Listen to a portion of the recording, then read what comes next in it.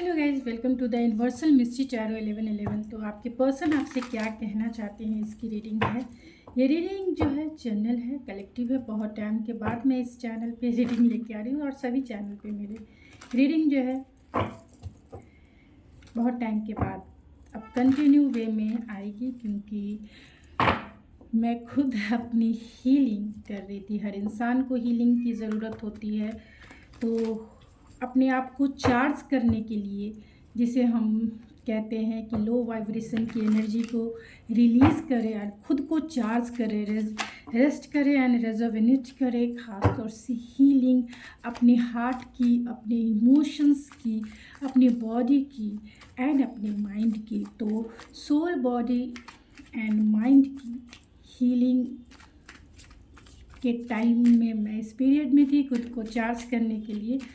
तो आज मैं आपकी हीलिंग कंटिन्यू वे में करूँगी, यानी आपकी हीलिंग लेके आई हूँ। तो आपके पर्सन आपसे क्या चाहते हैं।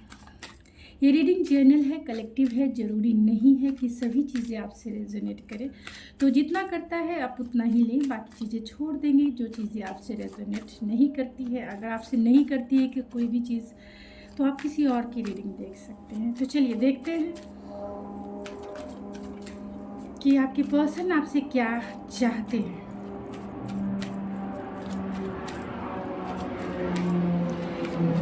तो प्लीज़ स्पिरिट बताएं, जो भी इस रीडिंग को देख रहे हैं उनके पर्सन मेरे व्यूवर्स से क्या चाहते हैं, यानी मेरे व्यूवर्स के पर्सन मेरे व्यूवर्स से क्या चाहते हैं, क्या चाहते हैं। चाहे आप नो कांटेक्ट में हो, लेस कांटेक्ट में हो, डजेंट मैटर, क्या चाहते हैं। तो 10 ऑफ वैंड्स की एनर्जी है, Aries, Leo, Sagittarius. 2 of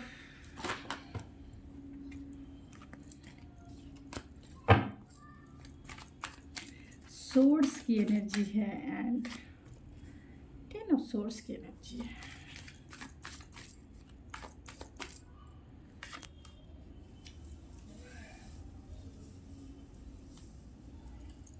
and the emperor की एनर्जी है। तो सारे कार्ड को क्लेरिफाई कर लेती हूँ, फिर उसके बाद आपके स्टार साइन भी बताऊंगी। 10 ऑफ वैंड्स की एनर्जी को क्लेरिफाई करें spirit. 10 of wands, 8 of source, 10 of wands, 2 of source की एनर्जी को क्लेरिफाई करें spirit. 2 of source,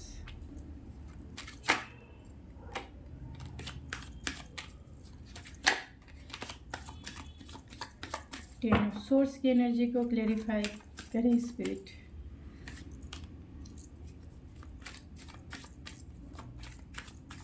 2 of source,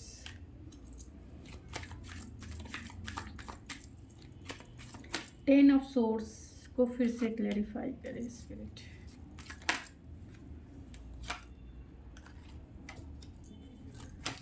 the emperor,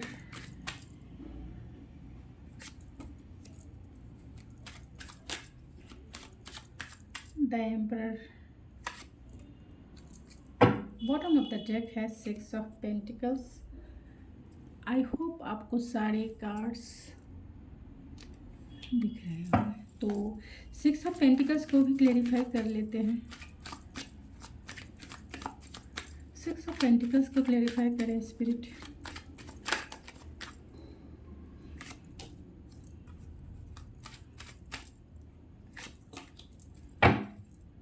three of source. तो आपकी सिचुएशन में जिसकी भी रीडिंग है, यहाँ थर्ड पार्टी सिचुएशन है।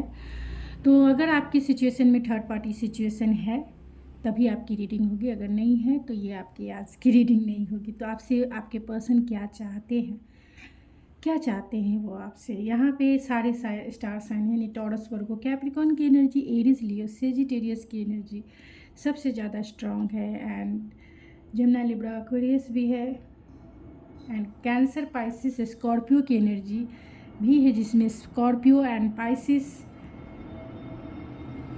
सबसे ज़्यादा स्ट्रॉन्ग है, कैंसर भी स्ट्रॉन्ग है। तो यहाँ सारे स्टार साइन हैं जिसमें एरीज स्ट्रॉन्ग है। तो आपके पर्सन आपसे क्या चाहते हैं? अगर आपके सिचुएशन में थर्ड पार्टी सिचुएशन है, और थर्ड पार्टी मैंने पहले भी बताया है कि कुछ भी हो सकता है, वर्क सिचुएशन हो सकती है, डिस्टेंस हो सकता है, आप दोनों में कल्चरल डिफरेंसेस हो सकते हैं, एज गैप हो सकता है, रिलीजियस फैक्टर हो सकते हैं, या फिर कोई अनदर रोमांटिक पार्टनर हो सकता है, मैरिज इन्वॉल्व हो सकता है थर्ड पार्टी में, या फिर कमिटमेंट इशू हो सकता है, या हो सकता है कि उनके पेरेंट्स ही नहीं मान रहे हो, आपके पेरेंट्स नहीं मान रहे हो, या आप दोनों के बीच की ईगो भी थर्ड पार्टी बन जाती है। तो आपके सिचुएशन में आपके पर्सन आपसे यही चाहते हैं कि जो भी बर्डन है ख़ास तौर से रिलेशनशिप को लेकर, जितनी ओवर थिंकिंग यानी जितने निगेटिव थॉट्स हैं कमिटमेंट को लेकर, या फिर रिलेशनशिप में वर्क को लेकर, पैशनेट स्टार्ट को लेकर, या ये कहें कि रिलेशनशिप में जो भी बैगेजेस है निगेटिव थॉट्स के या निगेटिव एक्शन जो भी, यानी मिस अंडरस्टैंडिंग जो है, आपके पर्सन चाहते हैं कि वो मिस अंडरस्टैंडिंग जो है आप उन्हें रिलीज़ कर दे। अगर लॉन्ग टर्म चलना है तो आपको थोड़ा म्यूचुअल अंडरस्टैंडिंग होनी चाहिए, चीज़ों की समझ होनी चाहिए।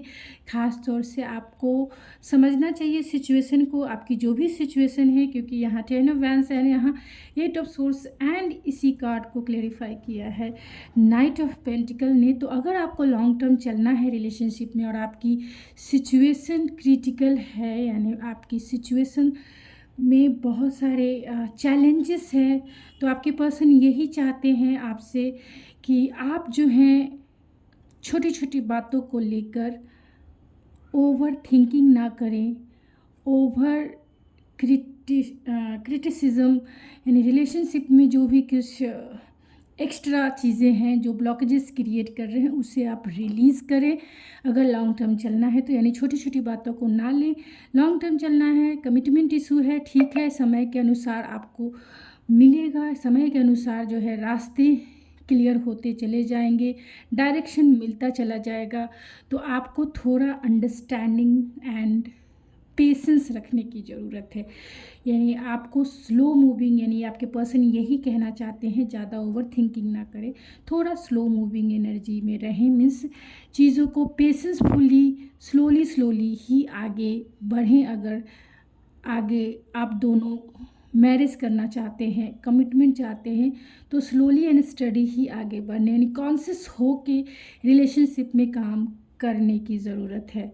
तो अंडरस्टैंडिंग लेवल चाहते हैं आपके पर्सन आप में, कि आप अपने अंडरस्टैंडिंग लेवल, यानी ट्राई टू अंडरस्टैंड चीज़ों को, सिचुएशन को आप समझें।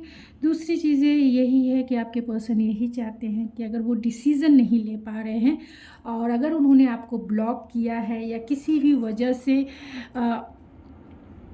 डिसीज़न लॉन्ग टर्म चलने का नहीं ले पा रहे हैं, और बिना क्लोज़र दिए आपने या उन्होंने ही आपको ब्लॉक किया है, तो वो चाहते हैं कि आप इस रिलेशनशिप पे काम करें, या वर्क की वजह से, डिस्टेंस की वजह से, या फिर ये पर्सन बहुत वर्कोहोलिक होने के वजह से वो डिसीज़न नहीं ले पा रहे हैं, और इसी के वजह से इन्होंने आपको ब्लॉक किया या आपसे डिस्टेंस क्रिएट किया, या आपने इनसे डिस्टेंस क्रिएट किया क्योंकि वो डिसीज़न नहीं ले पा रहे थे। तो वो यही चाहते हैं कि जिस तरीके से आपने इस रिलेशनशिप पे काम किया है, वो भी इस रिलेशनशिप में काम करना चाहते हैं और आपसे भी सपोर्ट चाहते हैं।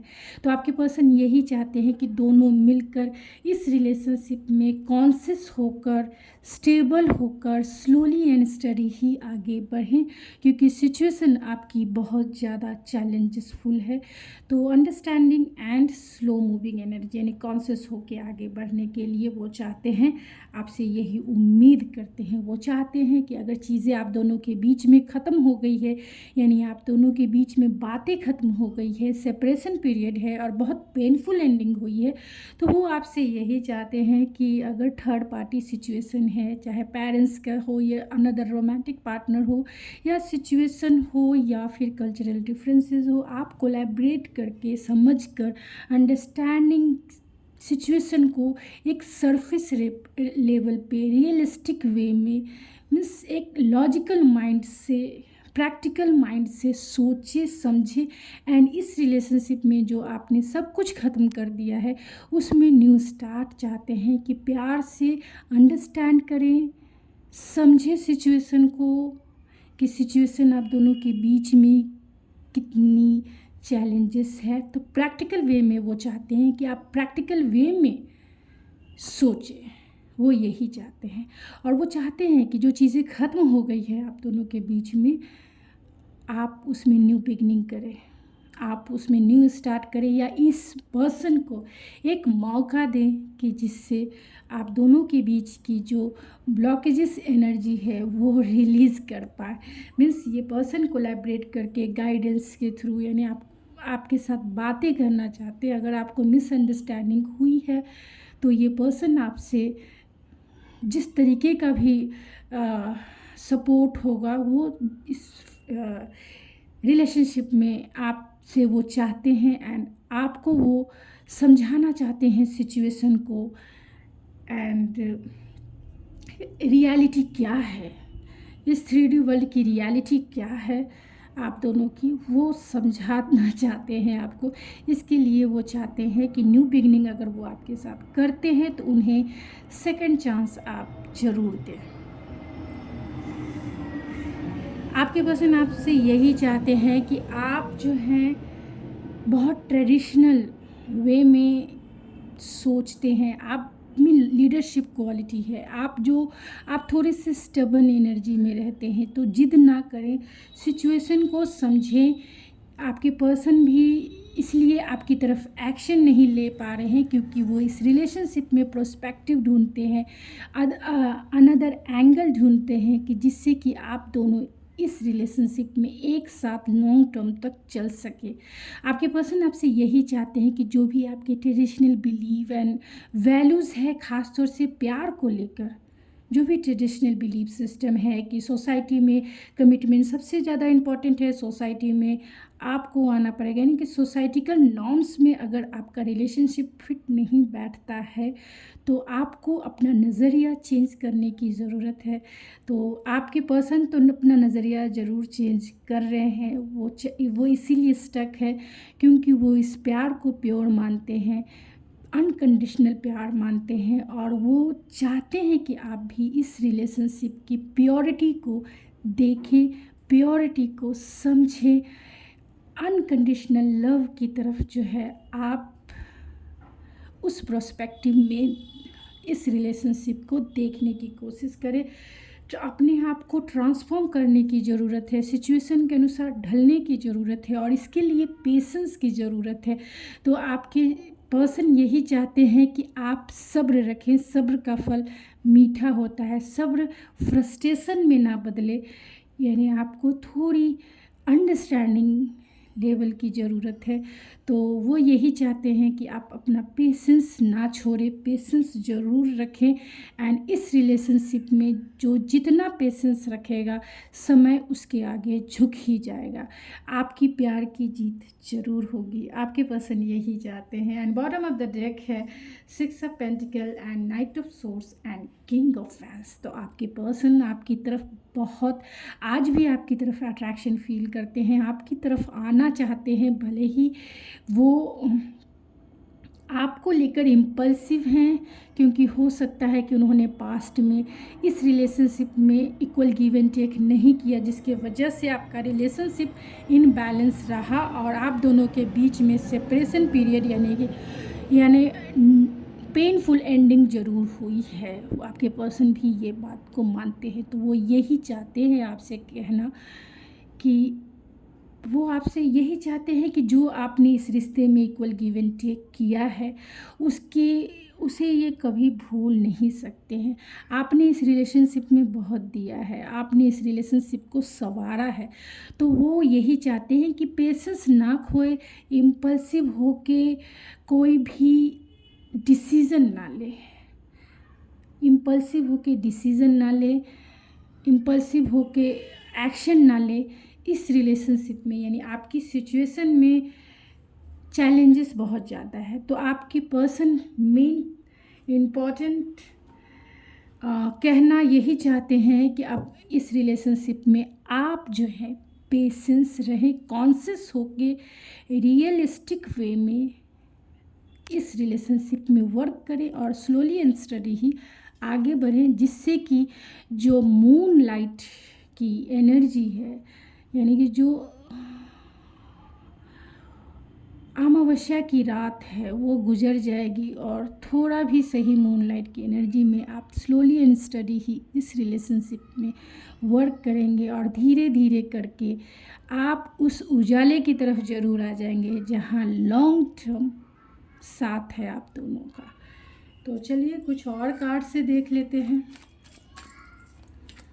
कि आपके पर्सन आपसे कहना क्या चाहते हैं, क्या चाहते हैं, कहना नहीं, चाहते क्या है वो आपसे, क्या चाहते हैं स्पिरिट इनर नोइंग। तो वो चाहते हैं कि आप अंडरस्टैंड करें, चीज़ों को समझने की कोशिश करें एंड सेल्फ रेस्पेक्ट है, जो सेल्फ रेस्पेक्ट है। तो वो चाहते यही है कि आप जो हैं अपने कॉन्फिडेंस को बढ़ाएं इस रिलेशनशिप में। सपोर्ट, एक दूसरे का सपोर्ट की ज़रूरत है। अगर आप सपोर्ट नहीं करेंगे तो ये भी पर्सन जो है हार जाएंगे, यानी आपका रिलेशनशिप आगे नहीं बढ़ेगा, आप दोनों का साथ जो है कहीं ना कहीं छूट जाएगा खुद के ईगो की वजह से, खुद की मिसअंडरस्टैंडिंग की वजह से। कंटेंटमेंट एंड ब्लिस, तो आपके पर्सन यही चाहते हैं आपसे कि थोड़ा पेशेंस दिखाएं, कंटेंट रहें, खुद के ऊपर फोकस रहें, खुश रहने की कोशिश करें एंड धीरे धीरे स्लोली एंड स्टडी ही आप इस रिश्ते को आगे बढ़ाएं। आपके पर्सन आपसे सेकंड चांस चाहते हैं कि आप इन्हें सेकंड चांस दें, जिससे कि वो अपना द बेस्ट दे सकें इस रिलेशनशिप में। वो आपसे कोर्ट मैरिज भी करेंगे। वो आपसे यही चाहते हैं कि अगर आपके रिलेशनशिप में लीगल मैटर्स हैं, यानी कि थर्ड पार्टी सिचुएशन है, वो भी रोमांटिक पार्टनर को लेकर, तो वो लीगल मैटर्स से निकलेंगे। निकलने तक का आपको वेट करना चाहिए, पेशेंस दिखाना चाहिए। और अगर थर्ड पार्टी कोई रोमांटिक पार्टनर नहीं है आपके सिचुएशन में, तो आपके पर्सन आपसे यही चाहते हैं कि वो आपसे कोर्ट मैरिज भी करेंगे, आपके साथ लॉयल रहेंगे, आपके साथ फेयर रहेंगे और फेयरनेस के साथ वो चाहते हैं कि आप चीज़ों को अंडरस्टैंड करें। डिस्टेंस ट्रेवल, तो आपके पर्सन यही चाहते हैं कि आप समझें, आप दोनों के बीच में फिज़िकल दूरी है, तो इस डिस्टेंस को समझें कि वो डायरेक्टली आपके पास आके चीज़ों को नहीं सॉल्व कर सकते हैं किसी भी वजह से।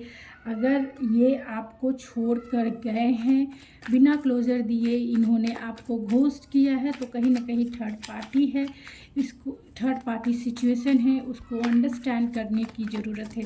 ये पर्सन अगर आपसे बातें नहीं कर रहे हैं तो डिस्टेंस मेन रीज़न है, फीलिंग सॉरी है। तो आपके पर्सन यही चाहते हैं कि वो आपसे, अगर आपका दिल दुखा है, कहीं ना कहीं आप हर्ट हुए हैं इस पर्सन के बिहेवियर से, तो ये आपसे सॉरी कहना चाहते हैं। आप इन्हें माफ़ कर दें, आप इन्हें फॉरगिवनेस दे दें and love in the air है, बॉटम ऑफ द टेक। तो इनका प्यार आपके लिए अनकंडीशनल है, लॉन्ग टर्म का है। ये आपके पर्सन आपके लिए फुल्ली रूप से ट्रस्टवर्दी हैं, लॉयल हैं, ये आपसे यही कहना चाहते हैं। तो गाइस, ये थी आपकी रीडिंग। आई होप आपको पसंद आई होगी। अगर आपको ये मेरी रीडिंग पसंद आए तो प्लीज़ मेरे चैनल को ज़रूर सब्सक्राइब करें, लाइक करें एंड शेयर करें। मैं मिलती हूँ आपके नेक्स्ट रीडिंग में, तब तक के लिए थैंक यू सो मच।